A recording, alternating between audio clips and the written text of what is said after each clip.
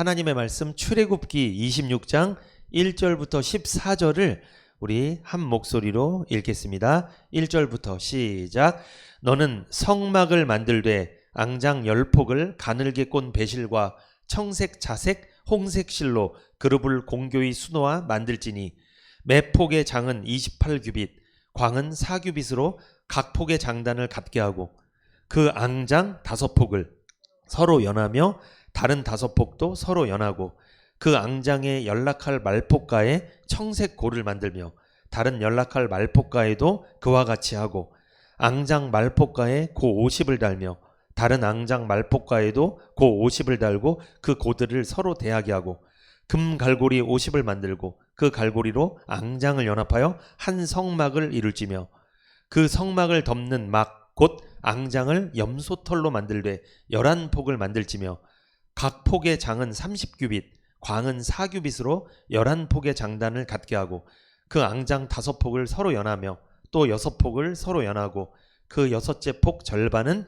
성막 전면에 접어 들이우고 앙장을 연락할 말폭가에 고 50을 달며 다른 연락할 말폭가에도 고 50을 달고 놋 갈고리 50을 만들고 그 갈고리로 그 고를 꿰어 연합하여 한 막이 되게 하고 그 막 곧 앙장의 나머지 그 반폭은 성막 뒤에 들이우고 막 곧 앙장 길이에 남은 것은 이편에 한 규빗 저편에 한 규빗씩 성막 좌우 양편에 덮어 들이우고 붉은 물들인 수량의 가죽으로 막의 덮개를 만들고 해달의 가죽으로 그 웃덮개를 만들지니라. 아멘.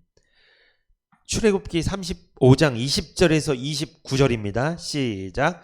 이스라엘 자손의 온 회중이 모세 앞에서 물러갔더니 무릇 마음이 감동된 자와 무릇 자원하는 자가 와서 성막을 짓기 위하여 그 속에서 쓸 모든 것을 위하여 거룩한 옷을 위하여 예물을 가져 여호와께 드렸으니 곧 마음에 원하는 남녀가 와서 가슴핀과 귀고리와 가락지와 목걸이와 여러 가지 금품을 가져왔을 때 사람마다 여호와께 금 예물을 드렸으며 무릇 청색, 자색, 홍색 실과 가는 배실과 염소털과 붉은 물들인 수량의 가죽과 해달의 가죽이 있는 자도 가져왔으며 무릇 은과 놋으로 예물을 삼는 자는 가져다가 여호와께 드렸으며 무릇 섬기는 일에 소용되는 조각목이 있는 자는 가져왔으며 마음이 슬기로운 모든 여인은 손수 실을 낳고 그 낳은 청색, 자색, 홍색 실과 가는 배실을 가져왔으며 마음의 감동을 받아 슬기로운 모든 여인은 염소털로 실을 낳았으며 모든 족장은 호마노와 및 에봇과 흉패에 물릴 보석을 가져왔으며 등불과 관유와 분향할 향에 소용되는 기름과 향품을 가져왔으니 마음에 원하는 이스라엘 자손의 남녀마다 여호와께서 모세의 손을 빙자하여 명하신 모든 것을 만들기 위하여 물품을 가져다가 여호와께 즐거이 드림이 이러하였더라. 아멘. 성도를 덮고 있는 4가지 지붕, 붉은 물들인 수량의 가죽이라는 제목으로 두 번째 은혜를 나누겠습니다. 이 성막에 대해서 계속 말씀을 듣고 있습니다. 자, 성막 덮개는 4가지입니다. 오늘 오전에 어떤 덮개에 대해서 말씀 받았죠? 붉은 물들인 수량의 가죽입니다. 무엇을 상징하죠?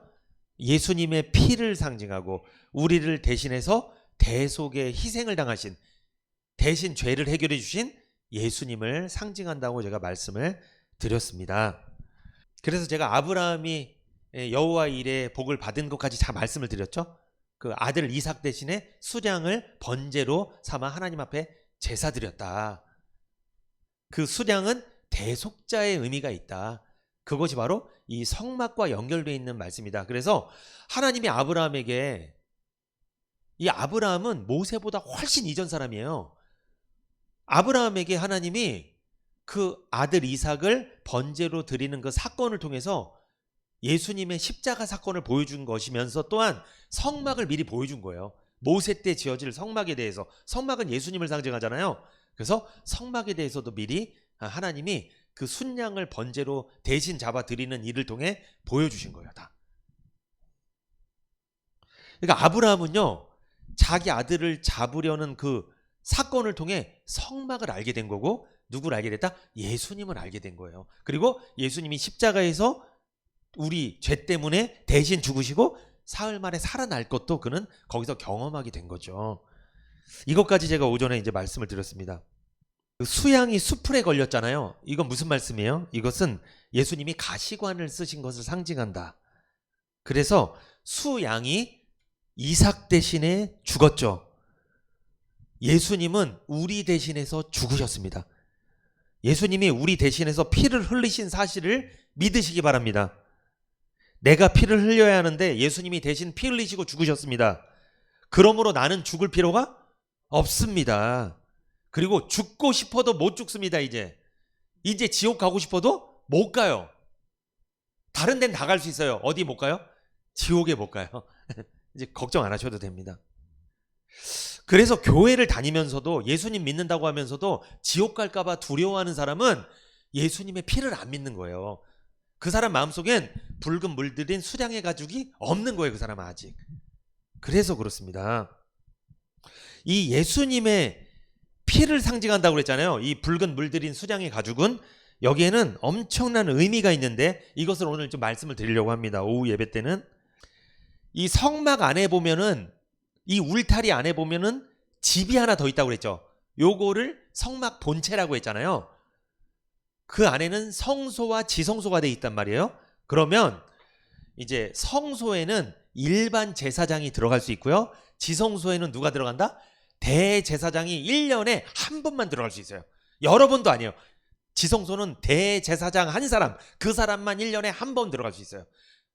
성소에는 일반 제사장이 계속 들락날락 할 수 있는 것이고, 그런데 여러분, 이 지성소에 들어가 보면 뭐가 있냐면 그 안에 이 안쪽 방, 그 가장 안쪽 방에 가면 휘장을 지나면 거기에 법궤가 있습니다. 뭐가 있다고요? 법궤. 그것을 언약궤라고도 합니다. 법궤, 언약궤. 궤니까 무슨 상자예요, 상자. 근데 그 상자인데 금으로 다 둘러싸여 있는 상자예요. 이 조각목을 연결해서 금판으로 덮인 이 상자인데 그 위에 뚜껑이 있어요. 상자 위에 뚜껑. 그 상자를 법궤라고 하고 그 위에 뚜껑이 천사가 양옆으로 이렇게 멋있게 이렇게 딱 이렇게 하나님을 찬양하고 있어요. 그것도 다 금으로 돼 있는데 이 뚜껑을 속죄소라고 합니다. 뚜껑이 뭐라고요? 속죄소. 그러니까 뚜껑 속죄소를 열면 그 안에 공간이 있어요. 법궤. 거기에 뭐가 들어가 있는 줄 아세요? 거기에 율법이 들어가 있어요. 율법. 10계명이 들어가 있어요. 대제사장이 1년에 몇 번? 한 번 이제 이 지성소 안에 들어가면 그 법궤 그리고 속죄소 뚜껑이잖아요. 그 앞에 서는데 그 안엔 뭐가 들어있다? 율법이 들어가 있다. 그런데 그냥 서지 않고 뭘 들고 섰냐면 대접을 하나 들고 들어가요. 대접 있잖아요. 대접. 그 대접에 양의 피가 담겨 있어요. 그 희생 제물의 피가 담겨 있어요. 피가 담긴 그릇을 들고 들어가요. 이렇게 꼭 들고 들어가야 돼요. 그걸 들고 들어가지 않으면 죽어요. 들고 들어가야 됩니다. 그 대제사장은 어디 앞에 쓴 거예요? 법궤 앞에 서 있지만 그 안에는 율법이 들어있으니까 율법 앞에 서 있는 거예요. 그러면 율법이 제사장을 향하여 뭐라고 얘기하냐면 너는 죄인이다. 이렇게 말합니다. 너는 뭐라고요? 죄인이다. 여러분, 우리가 죄인인 거 어떻게 알 수 있어요? 율법이 있으니까 죄인인 거 알 수 있는 거예요. 율법의 기능이 뭐예요? 율법? 죄를 깨닫게 해주는 거예요. 여러분, 법이 없으면 죄가 있는 거예요? 없는 거예요? 없는 거예요. 여러분, 무법지대에는요 죄가 없는 거예요. 기준이 있으니까 죄가 있는 거잖아요. 당신 이렇게 하면 벌금 얼마야? 요런 어떤 법이 있으니까 내가 이게 죄인 줄 아는 거잖아요. 그러니까 그 법궤 안에는 하나님이 정해두신 율법 10계명이 딱 들어가 있어요. 그러니까 제사장이 대접에 양의 피를 불뜨고 싹 서 있으면 그 율법이 제사장한테 너 죄인이야! 이렇게 얘기한다는 거죠. 여러분도 율법 앞에 서잖아요? 그러면 여러분을 가리켜 율법이 뭐라고 해요? 죄인이야 이렇게 하는 거예요. 얘기하는 거예요. 그래서 이 하나님의 율법이 있잖아요. 성경에. 이걸 보면 내가 뭐라고 느껴져요? 죄인이다. 왜? 내가 그렇게 못하거든요. 나 그렇게 못 지키고 살거든요. 율법은요 613가지가 있어요. 그 중에 이 10계명은 요약을 해놓은 건데 10계명 말고 613가지를 다 얘기해주면 걸려요 안 걸려요? 다 걸립니다. 그러면 그 613가지를 딱 얘기해 주면 그게 율법이 이렇게 얘기하는 거예요. 당신은 죄인입니다. 이렇게 얘기하는 거예요. 그러면 아무도 아닙니다라고 말을 못 하는 거예요. 꼼짝 못 하는 거예요. 여러분, 죄인은 법정에 가면 말 못 해요. 왜? 법으로 얘기해 버리거든요. 당신이 이걸 어겼어. 위반이야. 무슨 말을 하겠어요. 위반인데. 죄인인데. 대제사장도 마찬가지고 제사장도 사실 일반 백성들처럼 죄 짓고 살아요? 안 짓고 살아요? 여러분, 성도님들 이런 생각이에요. 목사님은 되게 깨끗할 것이다. 죄 안 짓고 살 것이다. 죄 많이 짓습니다. 똑같아요. 어떻게 보면 성도님들보다 더 생각으로도 모든 죄 많이 질지도 몰라요. 그냥 하나님이 여기 세워주셨으니까 은혜로 하는 거예요. 저도 부족하고 연약합니다. 그것처럼 구약의 제사장들도 그 지성소 안에 있는 법궤, 그 율법 앞에 딱 서면 꼼짝 못하는 거예요. 당신이 대제사장이야? 그래도 당신은 뭐야? 죄인이야. 딱 그러면 아무 말도 못하는 거예요. 꼼짝 못하는 거예요. 여러분, 하나님의 법 앞에서는, 말씀 앞에서는요, 목사하고 장로고 다 소용없어요. 죄인이면 죄인인 거예요. 그냥 다 걸려드는 거예요. 이 피할 길이 없습니다. 그래서 그때 그 법궤 안에 있는 율법이 그 제사장한테 뭐라고 이야기하는 줄 아십니까? 너 죄인이야! 얘기하면서 네가 죄인이면 죄값으로 죽어라. 죄의 삭은 사망이다. 넌 죄값을 치러야 돼. 죽어라. 만약에 네가 의인이라면 살아라. 이렇게 외치는 거예요. 율법이. 여러분, 하나님의 법은요, 징역형이 없어요. 인간의 법은 징역형이 있습니다. 하나님의 법은 징역형 없습니다. 죄인이면 무조건 뭐예요? 사형입니다. 사망이에요. 죽는 거예요. 지옥 가는 거예요. 그냥 뭐 몇 년 지옥에 살다가 풀려주고 뭐 집행유예 이런 거 없어요. 이 뭐 아니면 도예요. 그냥 하나님의 법은 징역 없습니다. 바로 천국 아니면 지옥이에요. 무조건 죄인은 사형입니다. 로마서 6장 23절 같이 읽어봅니다. 시작. 죄의 삭은 사망이요 하나님의 은사는 그리스도 예수 우리 주 안에 있는 영생이라니라. 아멘. 그러니까 우리가 십계명 앞에 서면, 이 하나님의 말씀, 하나님의 율법 앞에 서면요, 이 말씀이 우리한테 이러는 거예요. 너 죄인이면 죽어라. 만약에 의인이라면 살아라. 이렇게 한다는 거예요. 네가 죄인이라면 죄값을 치러. 근데 만약에 죄값을 치렀다면 넌 의인이니까 살아라. 이렇게 얘기한다는 거예요. 뭐가? 율법이 우리한테 그렇게 얘기를 한다는 거죠. 아까도 말씀드렸죠. 구약시대 이 대제사장이 지성소 안에 그 속죄소와 그 법궤 앞에 설 때는 뭘 들고 선다? 대접을 하나 들고 서는데 거기에 양의 피가 담겨 있습니다. 근데 이걸 어떻게 하냐면 들고 있는 게 아니라 다시 율법이 너 죄인이야? 죄값 치러. 너 죽어야 돼. 만약에 네가 의인이면 살아. 이렇게 하면서 그때 이 제사장이 어떻게 하는 거예요? 대제사장이 이 양의 피를 그 속죄소 뚜껑이 있죠. 그 뚜껑 위에 피를 부어요. 이렇게 그 빨간 피를 부어 이렇게 딱. 그러면서 이 대제사장이 뭐라고 얘기하냐면 이렇게 얘기하는 거예요. 피를 뿌리면서 율법의 요구대로 나는 죽었다. 이렇게 외칩니다. 뭐라고 외친다고요? 율법의 요구대로 나는 죽었다. 여러분, 율법의 요구가 뭐예요? 죄의 삭은 사망이에요. 너 죄인인 거 내가 알아. 그러니까 넌 죽어야 돼. 딱 율법이 우리한테 말해. 제사장한테 말했어. 그러니까 제사장이 그 피를 그 위에다 뿌리면서 율법이 나한테 요구한 대로 나는 뭐 했다? 죽었다. 죽었으니까 피를 뿌린 거죠. 피 뿌렸다는 게 죽었다는 거예요. 이렇게. 그러므로 그 대제사장은 이제 죽을 필요 있어요? 없어요? 없어진 거예요. 죽을 필요가 없어진 거예요. 율법의 요구가 수용이 된 거예요. 그러니까 오늘날도요, 여러분, 율법은 우리에게 죽으라고 명령해요. 넌 죄를 졌으니까 죽어야 돼. 죄의 삭은 사망이야. 우리한테 명령합니다. 그때 우리는 손에 대접은 없어요. 그때 우리는 뭐라고 얘기해야 돼요? 그때는 우린 진짜 피 뿌리는 게 아니에요. 우리는 어떻게 하는 거예요? 우리는 나는 누구를 믿습니다? 예수님을 믿습니다. 예수님이 내 대신해서 십자가에서 피를 뿌리신 것을 나는 뭐합니다? 믿습니다. 그래서 나는 죽을 필요 없습니다 라고 외치라는 거예요. 그게 대제사장의 피를 쫙 뿌린 거예요. 그 행동을 한 거예요. 우리는 그렇게 하라는 게 아니고 우리 믿으라는 거예요. 누가 피를 뿌렸다? 우리의 영원한 대제사장이신 예수님이 우리 대신해서 뭘 뿌렸다? 자기가 어린 양이 돼서 자기 피를 뿌렸다. 그래서 우리는 피 뿌릴 필요가 없이 우리는 하나님 입장에서는 우리가 피를 뿌린 거로 인정해 주겠다는 거예요. 예수를 믿는다면, 예수님이 내 대신 피를 뿌린 것을 우리가 믿는다면 율법의 요구가 이루어진 거라고 인정해 주겠다는 거죠, 하나님이. 율법은요, 하나님의 말씀은 우리한테 항상 죽으라고 명령해요. 넌 죄인이니까. 그럼 우리는 알겠습니다, 죽겠습니다 이래야 돼요? 아닙니다. 구약의 제사장은 피를 뿌렸다니까요. 그 속죄소 위에다, 율법 위에다가 뿌린 거예요, 피를. 우리는 어떻게 뿌리는 거예요? 우리는 믿음으로. 우리가 예수를 믿을 때, 복음을 믿을 때 우리 마음속에 피가 뿌려지는 거예요. 그때 우리 마음속에 있는 지성소에 피가 뿌려지는 거예요. 그때 하나님이 우리를 의인이라고 인정해 주는 거예요. 아, 너 구원받은 하나님의 자녀구나. 넌 이제 죄가 없구나. 넌 이제 죽을 필요가 없다. 믿습니까? 그러므로 여러분, 내가 이렇게 고백할 줄 알아야 돼요. 예수님이 내 대신 피를 뿌렸으니까 나는 죽을 필요가 없습니다라고 마음으로만 믿지 말고 입으로 고백도 하셔야 돼요. 고백을 이렇게. 난 이제 죽을 필요 없어. 뭐예요? 나는 지옥 갈 필요가 없다는 거예요. 나는 이제 저주받을 필요가 없다는 거예요. 예수님이 내 대신 피를 뿌렸기 때문에. 이게 바로 구약의 대제사장이 속죄소에 피를 뿌리면서 율법의 요구대로 이루어졌습니다.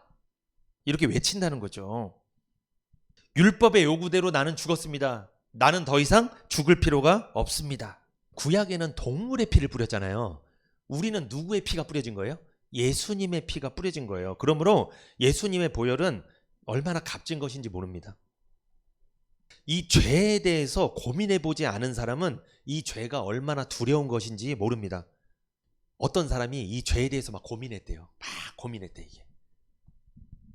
어떻게 하면 이 죄가 없어질까? 그래서 목욕탕에 가서 계속 생각해 봤대요. 밀면 없어지겠지. 이 때처럼. 때 밀면 없어지는 거죠. 그래서 맨날 목욕탕 갔대. 막 살이 벗겨지도록 막 다 벗겼대. 막 이렇게. 죄를 없애려고 막 이렇게. 뭐 개운한 느낌은 들었다고는 하더라고요. 이렇게. 근데 아이고 나오시죠, 이게. 이게 어리석은 행동이잖아요. 근데 목욕탕에 갔는데 3일 만에 또 때가 나오더래요. 여러분, 그래서 그 사람이 포기했다는데, 여러분, 우리 몸의 때는 타일로 이렇게 목욕 타올로 벗겨지잖아요. 우리 영혼의 때는 어떻게 지워야 돼요? 지우는 방법. 우리 영혼의 때. 우리 몸의 때는 타올로 이렇게 지우지만 우리 영혼의 때는 타올로 해야 돼요? 아니죠. 무엇으로? 말씀으로, 복음으로, 예수님의 피로 씻는 거예요, 우리는. 그래서 그 예수님 피를 쫙 뿌린 거예요. 율법의 요구대로 이루어졌습니다. 나는 더 이상 죽을 필요 없습니다.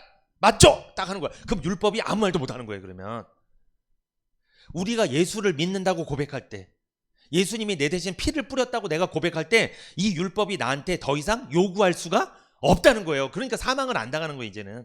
죄값을 치를 필요 없다는 거죠. 이게 중요한 말씀입니다. 이것이 바로 붉은 물들인 수장의 가죽에 담겨있는 영적 의미예요. 이 붉은 물들인 수장의 가죽은 결국 내 영혼의 때를 지워주려고 누가 피를 흘리신 거예요? 예수님이 피를 뿌리신 거예요. 그걸 상징하는 거예요. 너무나 중요한 말씀이에요. 자, 우리가 다음 주에는요, 여러분, 이 하얀 염소털 덮개를 이제 말씀을 드릴 거예요. 다음 주에는. 오늘은 이제 붉게 물들인 수장의 가죽인데, 그런데 생각해 보세요, 여러분. 염소털은요, 자, 어떻게 벗겨요? 염소털은? 털을 깎는 거죠. 그럼 염소가 죽습니까? 살아 있습니까? 살아 있습니다. 염소털은요, 살아 있어도 바칠 수 있는 거예요. 그것은. 그런데 이 붉은 물들인 수량의 가죽은요, 여러분, 이거는요, 잡지 않으면 안 돼요. 반드시 죽음이 전제되어야 가죽을 내어줄 수 있는 거예요. 생각해 보세요. 수량의 가죽을 벗기면 수량이 생존할 수 있어요? 죽어요? 죽는 거예요. 가죽이 벗겨지면 죽는 거예요. 못 버티는 거예요. 털은 깎여도 살 수 있는데 가죽은 죽는다는 뜻이에요, 이게. 여러분, 붉은 물들인 수량의 가죽을 하나님 앞에 드렸다. 이게 무슨 뜻입니까? 몸 전신 전체를 덮고 있는 가죽을 벗겨드린 거예요. 털은 깎아도 양이 안 죽습니다. 그러나 가죽을 벗기면 양은 죽습니다. 여러분, 가죽은요, 생각해 보세요. 우리 몸에, 그리고 동물의 몸을 보호하는 최고의 기관입니다. 그리고 가장 최후의 보루가 가죽입니다. 이게 벗겨지면 죽은 거예요, 이건. 수량은요, 자기를 보호하고 있던 가죽을 벗겨 하나님의 성막을 덮었습니다. 이것은 예수님께서 자신을 죽여 죄인을 덮으시고 교회를 덮어주셨음을 말하는 거예요. 이런 예수님의 대속의 사랑을 받았습니까? 이런 예수님의 대속의 사랑을 받았다면 우리 역시 수량과 같이 나를 보호하고 있던 가죽을 벗겨 내어드리는 마음으로 교회를 위해, 주님을 위해 헌신하며 살아야 합니다. 여러분, 가죽은 자기를 보호하는 수단이잖아요. 자기를 보호하고 있던 가죽을 벗겨 하나님의 성막을 덮었다는 것은 희생을 말하는 거예요. 그러므로 여기에 중요한 의미가 있죠. 자기가 죽는 것을 하나님께서는 성막의 재료로 삼았다는 거예요. 자기 희생이 전제되지 않는 성도는 하나님께서 원하시는 헌신을 할 수가 없다는 겁니다. 내가 죽어야 교회가 사는 거예요. 내가 죽어야 다른 사람이 살 수 있습니다. 내가 살아있잖아요. 다른 사람이 죽어요. 생각해 보세요. 내가 누구랑 다툼이 생겼어. 누가 죽어야 돼요? 내가 죽으면요, 상대방이 살아요. 근데 내가 살면 죽어요. 그리고 나중에 나도 죽어요.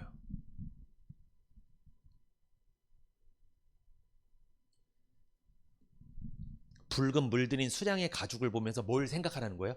아, 저 가죽을 내어준 수양은 뭐 했겠다? 죽었겠구나. 누굴 말하는 거예요? 아, 예수님. 자기 모든 걸 내어주시고 죽으셨구나. 그래서 내가 살았구나. 그럼 우리도 깨달아야 돼요. 나는 내 가죽을 벗겨드리지는 못할지언정. 그렇게 못하잖아요. 그 정도는 못하지만 주님은 나한테 대단한 걸 주셨지만 나는 가죽을 내어줄 수는 없지만 그래도 나를 보호하고 있던, 내가 소중하게 생각하고 있던 그것을 조금은 하나님 앞에 드려야 되는 거 아닌가. 이걸 깨달으라는 거예요. 그러니까 이거를 그 수장의 붉은 가죽을 보면서 깨달으라는 거예요. 엄청난 영적인 의미가 있습니다. 그 수량이 어떻게 가죽을 내어줬는지 묵상을 해보라는 거예요. 죽은 거잖아요. 죽은 거. 죽으면서 준 거예요. 근데 우리는 교회에서 여전히 살으려고 하잖아요. 다른 사람보다 더 살으려고 깔아뭉개고 다른 사람 막 욕하고 막 비난하고 이래서는 안 됩니다. 그거는 예수 믿는 사람이 할 짓이 아니에요. 그건 세상 사람들이 하는 짓이에요. 여러분, 세상에서는 성공하려면 어떻게 하면 돼요? 저 사람만 나쁜 놈 만들면 돼요. 비난하면 내가 뜨는 거예요. 그냥 왜? 나는 상대적으로 저 사람보다 깨끗한 척 하면 돼요. 내 인기가 올라간다니까요. 그럼 투표하면 당선이 되는 거예요. 그러면 그 사람이 둘 다 사실 죄인인데 똑같이 나쁜 사람인데 교회에선 그렇게 하면 안 된다는 거죠. 그러니까 이 붉은 물들인 수량의 가죽을 보면서 우리가 생각해 볼 게 많습니다. 요한복음 12장 24절에서 25절 같이 읽어볼까요? 시작. 내가 진실로 진실로 너희에게 이르노니 한 알의 밀이 땅에 떨어져 죽지 아니하면 한 알 그대로 있고 죽으면 많은 열매를 맺느니라. 자기 생명을 사랑하는 자는 잃어버릴 것이요 이 세상에서 자기 생명을 미워하는 자는 영생하도록 보존하리라. 이거 예수님 말씀이죠? 무슨 말씀이에요? 한 알의 밀알이, 이 한 알의 밀알이 땅에 떨어져 죽지 아니하면 한 알 그대로 있고, 그죠? 죽으면 많은 열매를 맺느니라. 이렇게 말씀하셨죠. 이 말씀에 중요한 의미가 있습니다. 그것은 바로 예수님 자신에 대한 이야기예요. 이게 바로 한 알의 밀알이 땅에 떨어져서 많은 열매를 맺었다. 누구 말하는 거예요? 이게 한 알의 밀알이 결국 누구를 말하고 싶은 거예요? 예수님이 하늘에서부터 땅으로 떨어졌어요. 인간으로 오셨어요. 땅으로 떨어져서. 그래서 예수님이 썩었다는 게 뭐예요? 십자가에서 죽으시고 피 흘리셔서 많은 열매들을 맺었다. 우리와 같이 구원받는 사람, 많은 사람이 나타났다는 거예요. 이걸 말씀하고 싶은 거잖아요. 예수님은 많은 구원의 열매를 맺으셨습니다. 예수님은 이 세상에 오셔서 좋은 말씀, 도덕적인 말씀, 듣기 좋은 말씀만 몇 마디 하고 남기고 가신 분이 아니라 당신이 몸소 희생하셨습니다. 수장이 가죽이 벗겨져서 죽은 것처럼 예수님도 그렇게 가죽이 벗겨지신 거예요. 그렇게 죽으신 거예요. 그래서 우리 마음속에 붉은 덮개를 덮어주신 거예요, 예수님이. 그래서 우리가 구원받았다고 말씀드렸잖아요. 예수님은 모욕을 받으셨습니다. 고난을 당하셨고 가시면류관을 쓰시고 죽임까지 당하셨습니다. 완전히 죽어 장사되어 무덤에 묻히기까지 하셨습니다. 여러분, 한 알의 밀알이 커요, 작아요? 작죠. 그게 땅에 심겨지면요, 여러분, 뭐예요? 그게 한 알의 밀알이 땅에 떨어지면 그게 그대로 있어야 돼요? 썩어야 돼요? 썩는다는 게 뭐예요? 썩는다는 게 그 알곡 안에 알맹이가 썩는 게 아니고 그 껍질이 썩는 거예요. 껍질이 썩으면 그 알곡이 밖으로 흙이랑 닿는 거예요. 그러면 거기에 싹이 나는 거예요. 어머니 잘하시네. 우리 어머니 충청도 주시는 게 고향 주시. 이 정도는 아셔야지, 아무리 농사 안 지어도. 그런 원리예요. 그러니까 그러면 자, 요한복음 12장 24절에 한 알의 밀이 땅에 떨어져 썩지 아니하면 싹이 난다, 안 난다? 안 난다. 근데 썩어서 알곡이 보여야 그때 싹이 난다는 거예요. 그러니까 여러분, 내가 손해보지 않잖아요? 교회는 성장할 수 없어요. 내 거 다 챙기잖아요? 안 됩니다. 그러면 안 돼. 내가 희생해야 돼요. 붉은 물들인 수장의 가죽을 묵상하시면서 생각하셔야 돼요. 아, 한 알의 밀알 대신 예수님이시구나. 예수님도 이 땅에 와서 그대로 계셔서 썩었어요? 썩었다는 게 몸에 있던 옷이 다 벗겨졌어요. 몸에 있는 겉옷 속옷까지 다 벗겨졌어. 망신당하고 침 맞고 욕 먹고 막 때리고 맞고. 그런데 그 예수님의 옷이 벗겨지니까, 예수님이 썩으니까 한 알의 밀알 대신 예수님의 겉에 껍데기가, 옷이 벗겨지니까 그 안에 있던 생명이 나가게 된 거예요. 그래서 오늘날 우리까지 구원받은 거 아닙니까? 그런 삶을 너희도 살으라는 거예요. 붉은 물들인 수장의 가죽이 우리한테 주는 의미예요. 그게 성막은 성도를 의미한다고도 말씀드렸잖아요. 성도들이 어떻게 신앙생활을 해야 되는지를 알려주신 거예요. 아주 작은 밀알이지만 땅에 심겨져 겉을 싸고 있던 껍질이 썩으면 그 안에 있는 생명의 눈이 밖으로 나와 싹을 틔우고 크게 자라나 이 가지를 맺고 꽃을 피우고 열매를 맺게 되는 겁니다. 그런데 그 안에 알곡이 있고 생명이 담겨있는 밀알이라도 땅에 심기우지 않으면 어떻게 돼요? 땅에 심기우지 않으면 싹을 낼 수도 없고 자라서 많은 열매를 맺을 수 없습니다. 그리고 만약에 그 알이 떨어져서 땅에서 썩지 아니하면은 싹이 나요, 안 나요? 안 나는 거예요. 그대로 있는 거예요. 이게 무슨 뜻이야? 혼자만 은혜 받고 천국 가는 거냐? 혼자만 아무것도 안 하고. 이런 인생을 살면 안 돼요. 이러면 노아가 한 알이 밀알이 돼서 썩으니까 가족들이 다 구원받았잖아요. 몇 년이 지나도 그 밀알을 싸고 있는 껍데기가 썩지 아니하면 몇 년이 지나도 싹은 난다, 안 난다? 안 납니다. 무슨 뜻이요? 내가 교회를 아무리 오래 다녀도 내 거 챙기고 절대 손해볼 생각 안 하고 희생할 생각 안 하면 옆에 있는 사람 구원 받는다, 못 받는다? 때가 되면 받을 수 있겠지만 쉽지는 않을 겁니다. 이게 쉽지가 않아요.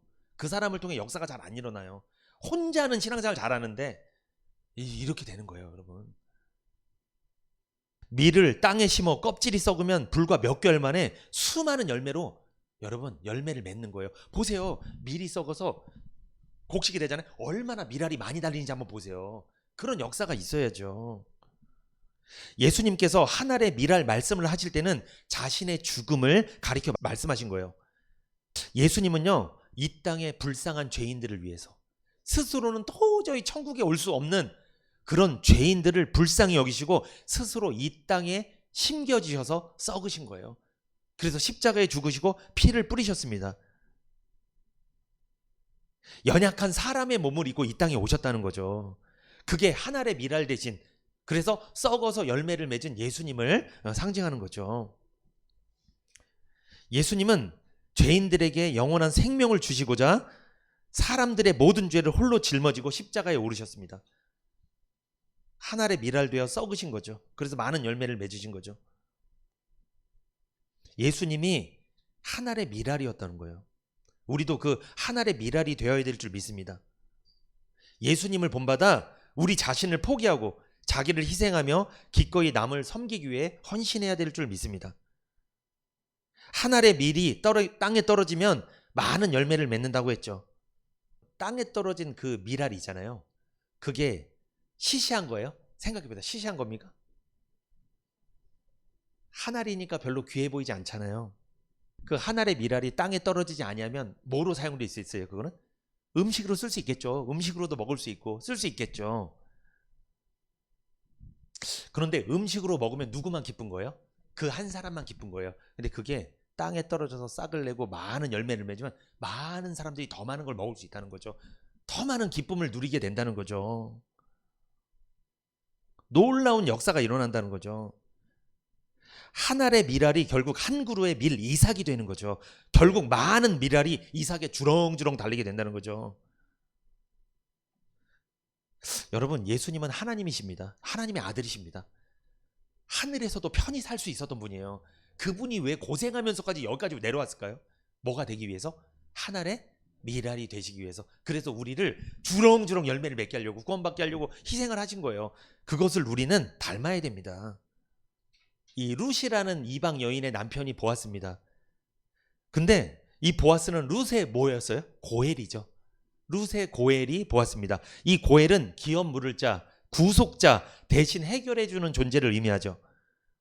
그런데 고엘이 되는 조건이 있어요. 세 가지 조건. 첫 번째, 가장 가까운 친척이어야 된다. 두 번째, 경제적인 능력이 있어야 된다.